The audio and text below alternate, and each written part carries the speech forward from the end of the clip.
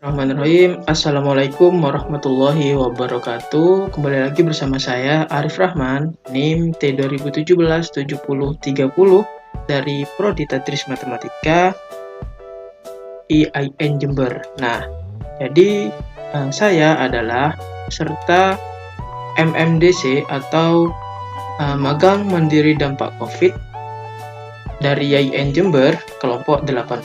Kebetulan saya mendapat tugas di SMP Negeri 1 Rambi Puji. Oke, apa kabar kalian? Semoga kalian selalu baik-baik saja. Hello, tetap jaga protokol kesehatan agar kalian selalu sehat dan terbebaskan dari COVID-19. Dan jangan lupa pakai masker, oke?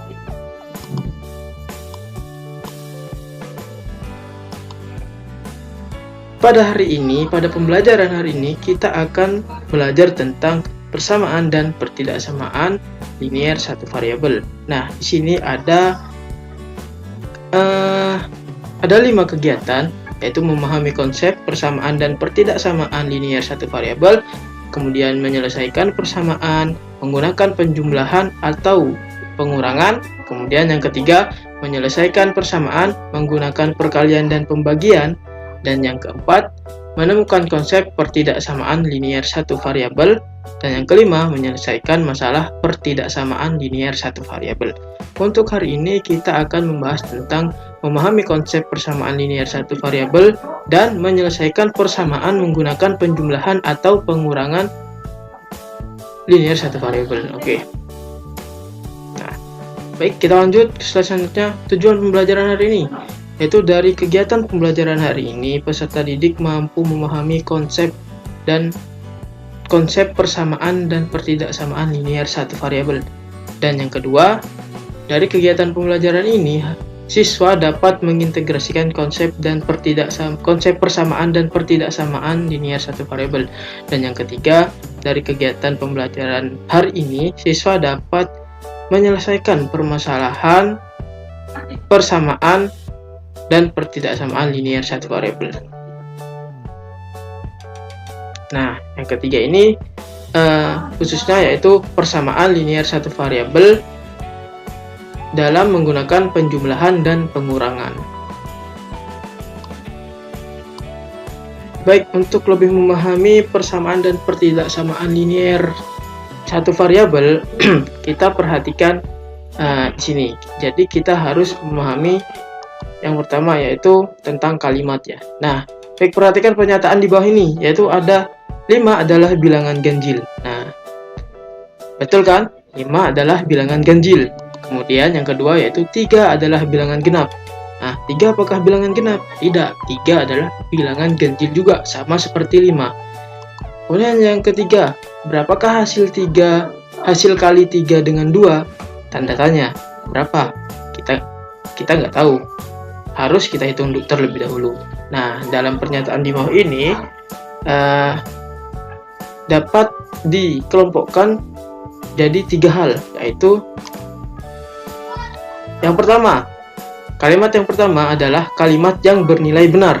Nah, kemudian yang kedua, kalimat yang kedua adalah kalimat yang bernilai salah. Kemudian yang ketiga adalah kalimat yang tidak bisa dihitung nilai kebenarannya. Jadi ada kalimat yang bernilai benar saja, dan ada kalimat yang bernilai salah saja, dan ada kalimat yang tidak bisa dihitung nilai kebenarannya. Nah, seperti ini. Kan berapakah hasil 3 kali 2? Nah, itu kan belum bisa dinilai kebenarannya. Nah, kalau dijawab 6, maka ya benar. Kalau dijawab 5, maka ya salah gitu. Belum tentu nilai benar atau salahnya. Masih bergantung kepada jawabannya. Oke. Lanjut. Nah, di sini ada kalimat yang Bapak tandai merah, yaitu kalimat 1 dan 2 adalah kalimat tertutup. Nah, jadi macam kalimat itu ada 2, yaitu kalimat terbuka dan kalimat tertutup. Nah, kalimat tertutup adalah kalimat yang dapat diketahui nilai kebenarannya, yaitu bisa benar saja dan bisa salah saja. Nah, perhatikan kalimat yang pertama. Sekolah Z adalah sekolah yang berada di Kecamatan Rambi Puji. Nah, tapi kita belum tahu sekolah Z itu sekolah apa. Kecamatan Y terletak di kota Jember. Nah, sama juga. Kecamatan Y itu kita belum tahu kecamatan itu apakah ada di Jember atau tidak. Nah, kemudian yang ketiga yaitu kalimat matematika, yaitu X plus 5 sama dengan 8. Nah, baik, kita baca. Dapatkah kalian menentukan nilai kebenaran dari ketiga kalimat di atas? Jawabannya apa? Tidak dapat, karena untuk menentukan nilai kebenarannya, kita harus menentukan variabelnya terlebih dahulu. Nah, karena setiap tiga kalimat ini bergantung pada variabel. Yang pertama, kalimat yang pertama, yaitu sekolah Z. Nah, sekolah Z itu bergantung pada variabel Z. Nah, semisal kalau Z kita ganti dengan SMPN Negeri 1 Rambi Puji, maka kalimat pertama itu bernilai benar gitu. Kalau SMP 1 Jember, maka salah gitu. Terus yang kedua juga bergantung kepada kecamatan Y. Nah, bergantung pada variabel Y, yaitu kecamatan Y. Dan juga yang ketiga yaitu bergantung pada nilai X. X plus 5 apakah sama dengan 8? Belum tentu. Nah, hal ini kita tidak bisa menentukan nilai kebenarannya kalau masih ada variabelnya. Nah, maka di sini yang kalimat yang Bapak tandai merah, kalimat-kalimat tersebut merupakan kalimat terbuka. Nah, ini adalah kalimat terbuka. Unsur tertentu dalam setiap kalimat terbuka disebut variabel. Jadi ada unsur tertentunya yang tidak bisa dinilai kebenarannya, yaitu variabel. X itu berapa? Bisa 1, bisa 2. Kalau X plus 5 sama dengan 8. Kalau X-nya saya misalkan 1 plus 5 apakah sama dengan 8? Tidak, maka kalimat itu sudah menjadi kalimat tertutup. Nilai kebenarannya adalah salah gitu.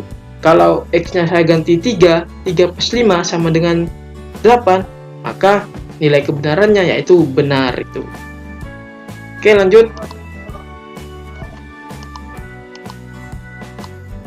Nah, kalimat terbuka adalah kalimat yang belum dapat ditentukan nilai kebenarannya. Nah, ini pengertiannya. Kalimat terbuka adalah kalimat yang belum dapat ditentukan nilai kebenarannya, bernilai benar saja atau salah saja karena memiliki unsur yang belum diketahui, yaitu variabel tadi. Nah, variabel adalah simbol atau lambang atau hal yang mewakili. Nah, itu seperti yang dijelaskan tadi ya, X plus 5 sama dengan 8. Nah, X-nya itu berapa gitu. Kalau X-nya 3, maka nilai kebenarannya benar 3. Kalau X-nya 1, maka nilai kebenarannya salah. Nah, apa nilainya? 1. Nah, itu. Dan variabel itu biasanya disimbolkan dengan huruf kecil. Nah, jadi kalau menulis variabel itu pakai huruf kecil lah, bukan huruf besar. Nah, baik. Untuk lebih memahami kalimat terbuka, mari kita simak ini ya. Nah, jadi ada di buku paket yaitu contoh 4.1 ya. Nah, ini yang pertama yaitu 2 dikurangi M sama dengan 1. Nah, 2 dikurangi M sama dengan 1. Ingat, 2 dikurangi M sama dengan 1. Di situ ada variabel yaitu M. Nah, kalimat ini adalah kalimat terbuka karena memiliki variabel yaitu variabel M. Merupakan kalimat terbuka karena memiliki variabel yaitu M. Kemudian yang kedua juga Y adalah bilangan prima yang lebih dari 4. Merupakan kalimat terbuka juga karena apa? Karena memiliki variabel. Seperti pengertian tadi ya, bahwa kalimat terbuka itu bergantung kepada unsur-unsur tertentu yang ada pada kalimat itu. Sama ini nomor 3 juga. Nah, X plus 7 sama dengan 9. Merupakan kalimat terbuka karena memiliki variabel X. Lanjut saja, sama ini 4A, 4 plus B. Juga ada variabelnya. Pokok setiap kalimat yang ada variabelnya, maka itu adalah kalimat terbuka. Nah, sebelum memasuki persamaan dan pertidaksamaan linear satu variabel, kalian harus paham tentang itu. Oke, baik. Selanjutnya, kita perhatikan ini. Nah, Pak Linggar ini,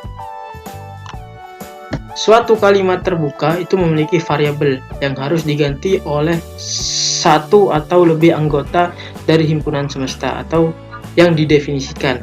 Nah, sehingga kalimat terbuka yang diberikan akan menjadi benar.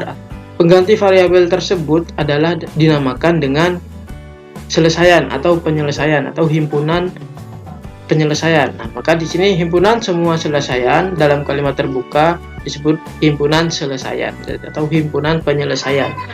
Nah, jadi variabel itu dicari nilainya. Nah, nilainya itu adalah himpunan penyelesaiannya dari soal itu, dari permasalahan itu. Baik, kita contohkan ini ya, contoh 4.2. X plus 2 sama dengan 6. Pengganti X yang benar ya, X plus 2. Nah, X tambah 2. Nah, 2 tambah berapa yang hasilnya 6? Itu tambah 4. Maka X yang benar adalah 4. Jadi selesaiannya adalah X sama dengan 4. Dan himpunan penyelesaiannya adalah himpunan 4. Nah, bagaimana cara menulis himpunan? Masih ingat ya, di bab himpunan ada kurung kurawalnya. Nah, itu adalah himpunan penyelesaiannya. Jadi kalau penyelesaiannya hanya 4, ya sudah, tulis 4 saja. Ini himpunan 4 gitu. Kemudian yang kedua, nah ini yang kedua, himpunan penyelesaiannya lebih dari 1 nih. P adalah bilangan ganjil. P elemen 1, 2, 3 sampai 10. Nah, pengganti P yang benar ada berapa? Nah, sini kan P adalah bilangan ganjil. Bilangan ganjil dari angka 1 sampai 10 itu apa aja? Yaitu 1, 3, 5, 7 dan 9. Nah, maka selesaiannya yaitu itu 1, 3, 5, 7 dan 9. Kemudian himpunan penyelesaiannya ya sudah, tinggal kalian tulis bersama kurung kurawal ya. Nah, itu kalau menuliskan himpunan penyelesaian. Ingat kurung kurawal ya. Nah, kalau selesaiannya ya ini. Nah, himpunan penyelesaiannya ini. Nah, yang ini. Itu himpunan penyelesaiannya. Oke, baik, lanjut saja. Nah, di sini ada contoh-contoh kalimat terbuka ya. Yang A, perhatikan yang A, yaitu X plus 7 sama dengan 9. 4 plus B lebih dari 10. 4X min 2 sama dengan 6 min 8X. Nah, kalimat-kalimat terbuka ini, nah itu dihubungkan dengan tanda-tanda. Nah, yaitu tanda sama dengan, lebih dari, terus kurang dari sama dengan, dan bisa juga lebih dari sama dengan. Nah, perhatikan di bawahnya ini. Nah, perhatikan ini. Perhatikan pernyataannya A. Bentuk A, C, F, G, H. Nah, ini A, C, F, G, H. A, C, F, G, H. Nah, itu merupakan persamaan linear satu variabel. Nah, apa yang disebut dengan persamaan linear satu variabel? Nah, tandanya kalau persamaan, ingat-ingat tandanya kalau persamaan yaitu sama dengan. Nah, kalau persamaan tuh pasti tandanya sama dengan. Kalau di cerita itu, kalau semua ada soal cerita, ibu membeli 5 korek api, harganya adalah, nah itu adalah itu sama dengan gitu. Itu pasti sebuah persamaan nanti. Nah, kemudian yang disebut dengan linear satu variabel itu gimana, Pak? Jadi dalam persamaan itu hanya ada satu variabel. Jadi dalam persamaan semua yang ini ya. Persamaan X plus 7. Ini semua ada persamaan X plus 7 sama dengan 9. Nah, di persamaan itu variabelnya hanya X saja, nggak ada yang lain. Nah, maka itu disebut dengan persamaan linear satu variabel. Nah, kemudian Pak, gimana yang pertidaksamaan? Nah, sebelum itu kita lanjut yang B dulu ya. Nah, yang B, bentuk E merupakan persamaan linear dengan dua variabel. Bentuk E, ini E. Nah, kenapa disebut dengan persamaan linear dua variabel? Karena variabelnya ada dua, yaitu X dan Y. Nah, kalau ada tiga variabel, biasanya tapi dua, X dan Y. Kemudian C, bentuk J merupakan persamaan kuadrat. Nah, ini J. Persamaan kuadrat itu seperti apa? Ini ada kuadratnya. Variabelnya itu ada kuadratnya. X kuadrat. Nah, ini dinamakan dengan persamaan kuadrat dengan satu variabel. Kemudian yang ke D. Nah, ini yang ke D. Kita pelajarin BDI. B ini. BDI. Nah, itu merupakan pertidaksamaan linear satu variabel. Nah, apa yang disebut dengan pertidaksamaan? Ini loh. Pertidaksamaan. Nah, jadi kalau pertidaksamaan itu ditandai dengan kurang dari, bisa kurang dari, atau lebih dari, atau kurang dari sama dengan, atau lebih dari sama dengan. Nah, itu disebut dengan pertidaksamaan. Nah, pertidaksamaannya seperti apa, Pak? Tergantung variabelnya. Kalau variabelnya hanya satu, berarti pertidaksamaan linear satu variabel. Kemudian yang kedua, kalau variabelnya 2 dan tidak kuadrat ya semua ya. Yang tadi persamaan linear satu variabel. Kalau x-nya itu tidak kuadrat, itu persamaan linear. Kalau x-nya itu kuadrat, itu bukan persamaan linear, tetapi persamaan kuadrat itu namanya ya. Nah, karena pertidaksamaan linear berarti variabelnya hanya satu. Bisa x saja, bisa y saja. Atau pertidaksamaan linear dua variabel. Nah, itu variabelnya bisa dua, yaitu x dan y. Nah, kalau satu berarti satu variabel. Ingat-ingat, kalau satu variabel. Kalau variabelnya satu berarti linear satu variabel. Nah, ingat-ingat ya. Kalau pertidaksamaan itu ditandai dengan ini. Bisa kurang dari, lebih dari, kurang dari sama dengan, kurang dari sama dengan. Kemudian untuk persamaan itu sudah pasti ditandai dengan sama dengan. Awas sampai salah lagi ya. Nah, oke.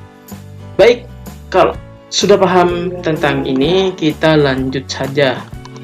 Ingat, yang persamaan itu ditandai dengan sama dengan, pertidaksamaan ditandai dengan bisa kurang dari, bisa lebih dari,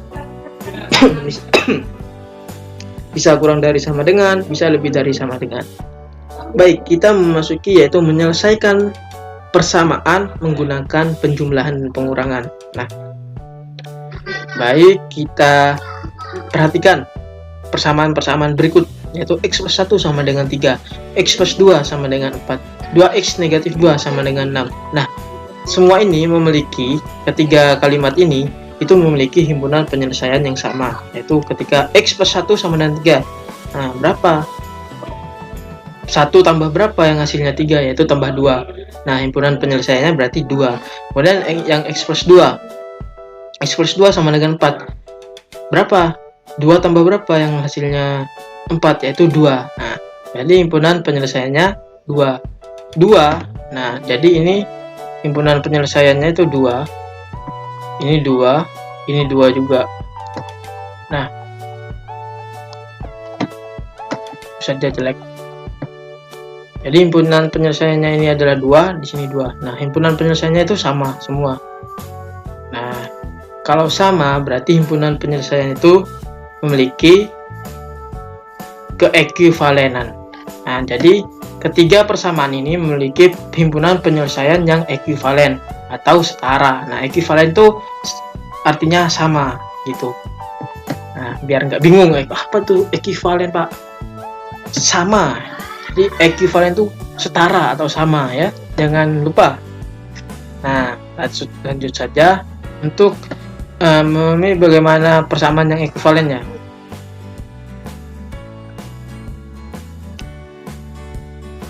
Kita lanjut saja ke sini.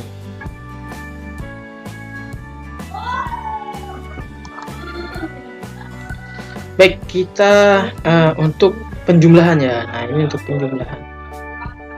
X plus 4 sama dengan 7.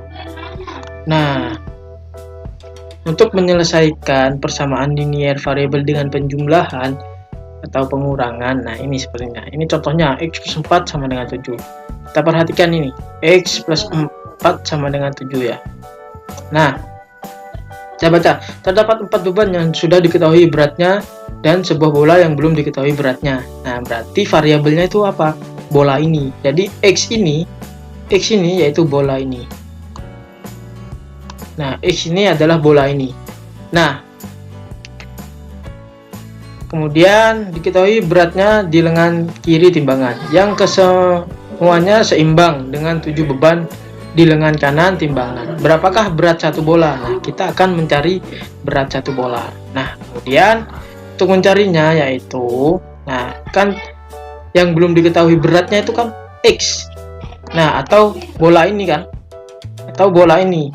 Maka kita harus mencari itu variabel X-nya berapa. Nah, yaitu dengan cara kita, karena di sini kan 4.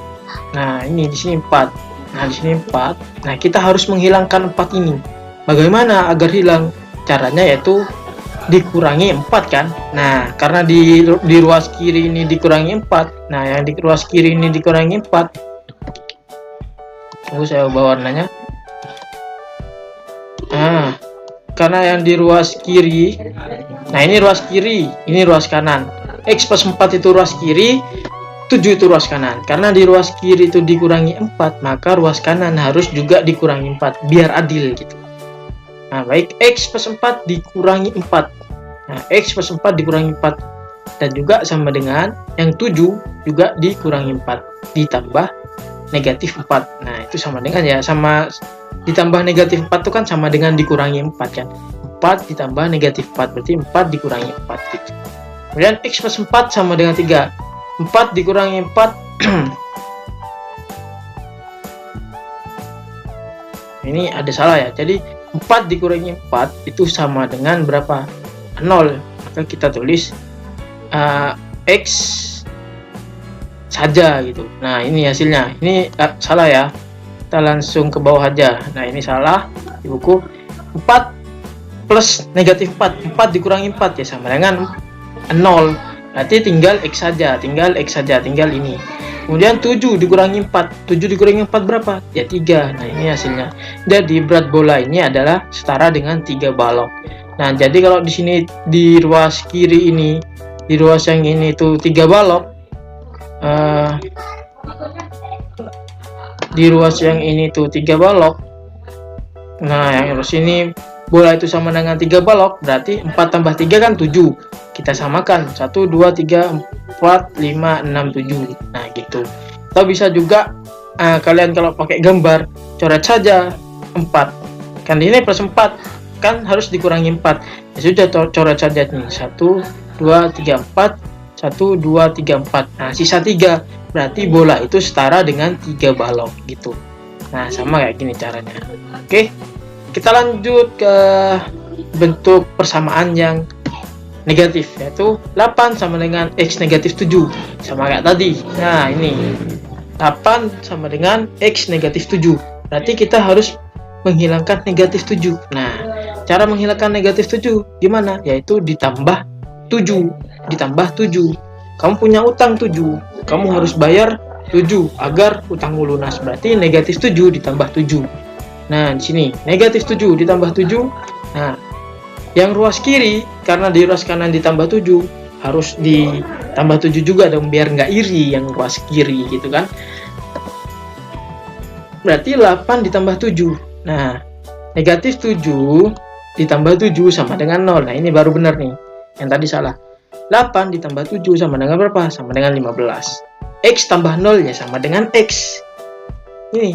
Nah, berarti X-nya sama dengan 15. Nah, di sini berarti botol ini ya. Oh, ini nggak tahu ini apa ini. Oh, beban timbangannya, beban. Berarti ini setara dengan 15 balok. Nah, kalau di sini ditambah 15, maka akan sama jumlahnya dengan di sebelah kiri ini. Oke. Bisa dipahami. Jadi kedua ruas harus ditambahkan atau dikurangkan. Intinya lihat ini ya, lihat konstantannya. Kalau di sini nih negatif 8 semisal, berarti ditambah 8 kedua ruas. Kemudian kalau di sini negatif 1 ya, berarti ditambah 1 kedua ruas. Kalau di sini positif 1 berarti kedua ruas dikurangi 1 gitu. Gampang kok. Nah, ketemu X-nya sama dengan 15. Nah, ini contoh-contohnya ya. 15 plus X sama dengan 40. Nah, untuk menghilangkan 12 kan dikurangi 12, berarti kedua ruas dikurangi 12. Berarti 12 kurangi 12 sama dengan 0. Hasilnya ya sudah, tinggal X saja. 40 dikurangi 12 sama dengan 28. Nah, gitu. Maka himpunan penyelesaiannya yaitu 28. Awas, kalau menuliskan himpunan penyelesaian itu jangan lupa kurung kurawalnya. Ini kurung kurawal ini. Nah, itu kurung kurawalnya. Jangan lupa. Nah, oke. Mungkin itu saja pembelajaran hari ini. Kita simpulkan bersama-sama ya. Nah, kalimat-kalimat dibagi menjadi 3 kelompok, yaitu kalimat bernilai benar, kalimat yang bernilai salah, dan kalimat yang tidak bisa dicari nilai kebenarannya. Kemudian kalimat yang bernilai benar saja dan salah saja itu adalah kalimat tertutup. Kemudian kalimat yang tidak bisa ditebak nilai kebenarannya karena bergantung kepada unsur-unsur tertentu, yaitu kalimat terbuka. Kemudian yang keempat, masih belum. Kemudian yang ke 5, untuk menyelesaikan penyelesaian persamaan linier satu variabel dengan kasus penjumlahan dan pengurangan, itu dengan cara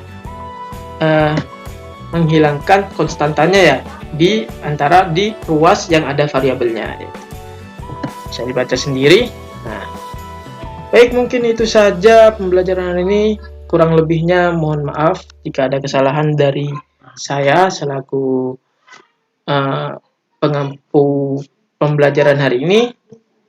Akhiran, wassalamualaikum warahmatullahi wabarakatuh.